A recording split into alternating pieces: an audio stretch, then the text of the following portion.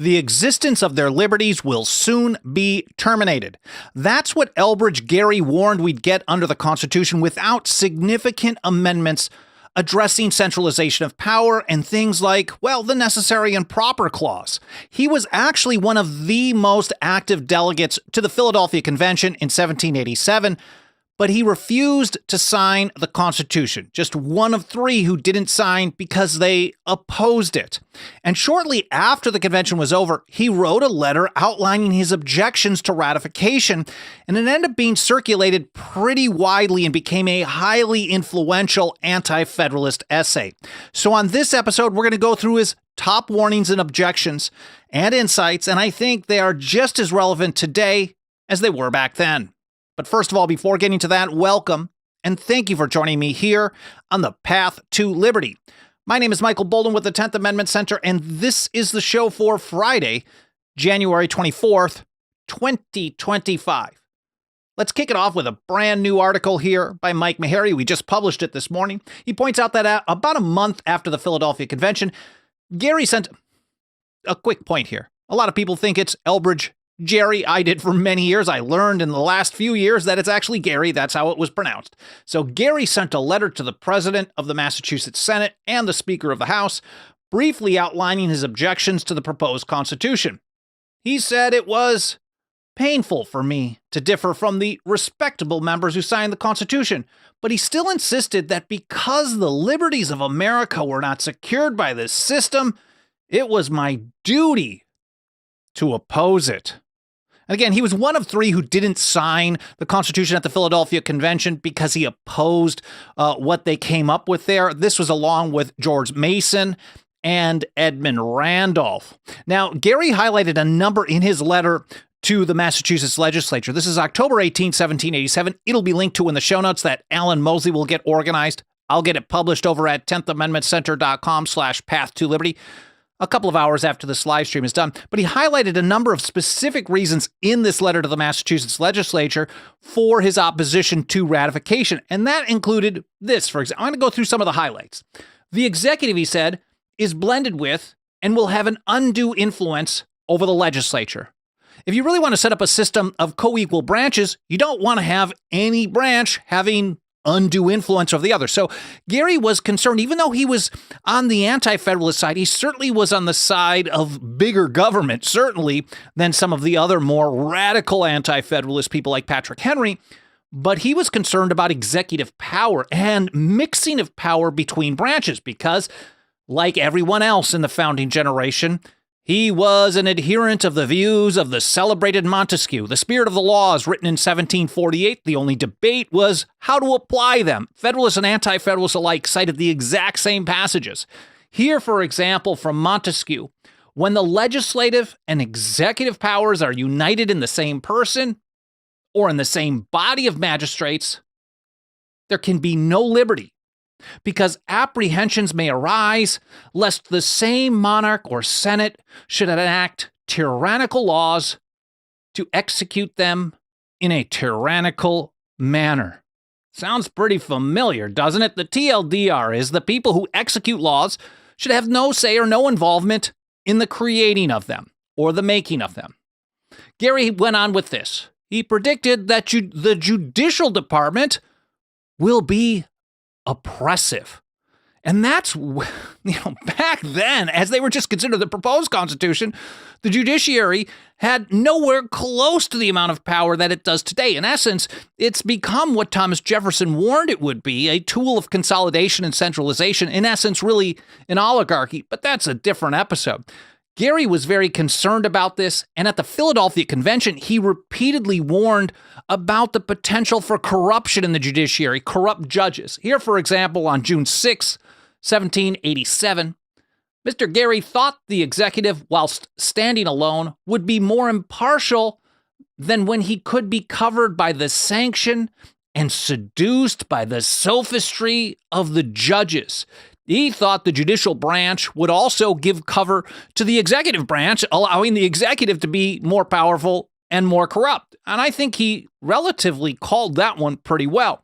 And on September 12th, he urged the necessity of juries to guard against corrupt judges. The notion of having corrupt judges was very much on Elbridge Gerry's mind throughout the Philadelphia Convention, and that ended up in his objections in his letter to the Massachusetts legislature. Now, back to that, he was concerned also about ambiguous powers. Many of the Anti-Federalists were concerned that things weren't well defined, things like, well, general welfare and necessary and proper. And he said some of the powers of the legislature are ambiguous and others are indefinite and dangerous. Now, he was so concerned about this particular aspect of the proposed Constitution at that time that in the closing days of the Philadelphia Convention, this is September 15th, we know we celebrate Constitution Day these days, September 17th, that was the last day. In the closing days of the convention on the 15th, he even said that he basically set aside all of his objections if three things were addressed. Primarily, well, he didn't like the ability to raise armies and money without limit. He was concerned about jury trial, but also this, the general power of the legislature to make what laws they may please to call necessary and proper. And it didn't matter how much you could explain what the necessary and proper clause meant, the legal doctrine of principles and incidents. He understood, I think, in practice over time, he was warning that the legislature would just make whatever they thought was necessary and what they thought was proper. And this is even years before Alexander Hamilton then suddenly flipped the switch and said, well, necessary doesn't mean necessary. It just means convenient or conducive to. And Justice John Marshall adopted that as well. So that made it even worse. So in essence, Gerry's warning about what they consider necessary and proper really came true, because what the people in power considered necessary really was just whatever was convenient for them to exercise the powers that they wanted to exercise. So he was very concerned about vague, indefinite, and potentially unlimited powers. And as Mike Meharry points out, he also said that he took the position that there was no adequate provision for a representation of the people. He thought that representation was too small, both in the House and in the Senate. And Mike says, as many other Anti-Federalists before and after him argued, the relatively small size of the legislature, particularly the Senate, would not reflect the will of the people. And one of the ways that Gerry thought that the small size specifically of the Senate would be problematic was through the treaty power. Because if they're going to make these supreme law of the land treaties, and they can do it with just a quorum, that's not a real big number of people making decisions for potentially millions and millions. And here he is back to his objections. Treaties, he said, of the highest importance may be formed by the president with the advice of 2/3 of a quorum of the Senate. And we can see here in the Philadelphia Convention, he also reiterated his concern about the small number of people involved in making treaties that would become the supreme law of the land. Mr. Gerry, this is on September 8th. Enlarged on the danger of putting the essential rights of the Union in the hands of so small number as a majority of the Senate, representing perhaps not 1/5 of the people.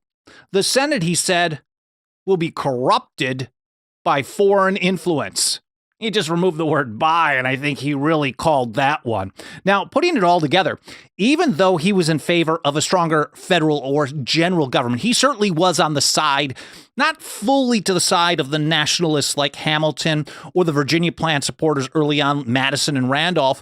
And he certainly wasn't on this going all the way the other direction, like Patrick Henry later on in the ratification debates. He was kind of a middle ground kind of guy, but he certainly wanted to see more energy, more power in a general government.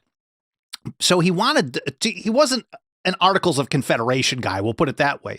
But he still felt that they went too far and created, instead of a federal system, he took the position that they created a national system.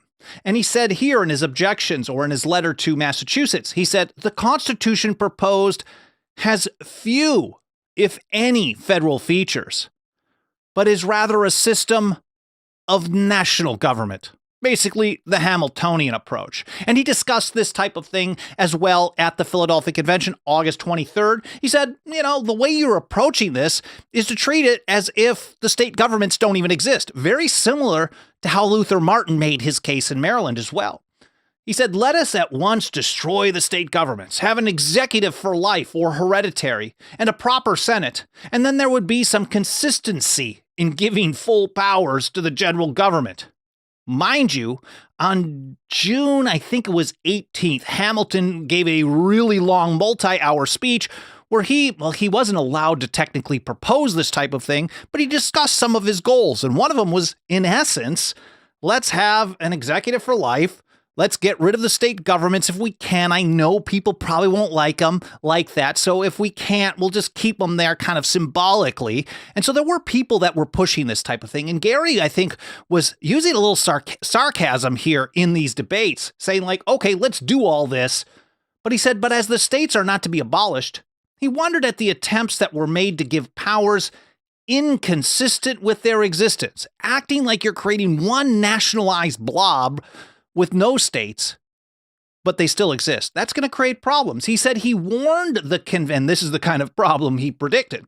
He warned the convention against pushing the experiment too far. Some people will support a plan of vigorous government. Energetic government is another way they described it, at every risk. Others of a more democratic cast will oppose it with equal determination, and a civil war may be produced by the conflict.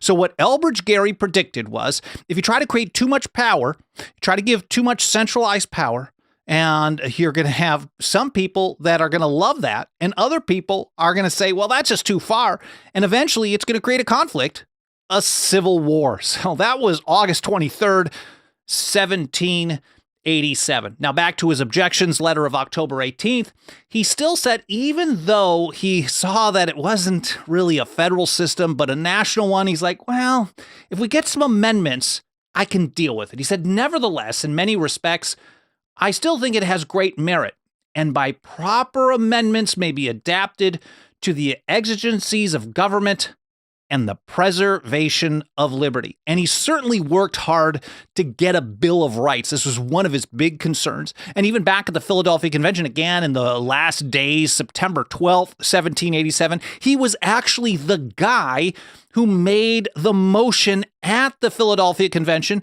at the urging of George Mason, as we'll see here in just a moment, to actually draft the Bill of Rights before they signed the document.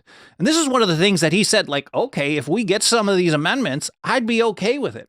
So here from Colonel Mason, again, September 12th, Colonel Mason wished the plan had been prefaced with a Bill of Rights and would second a motion if made for the purpose. It would give great quiet to the people, and with the aid of the state declarations, a bill, and Colonel Mason certainly knew how to do this because he had drafted the Virginia Declaration of Rights.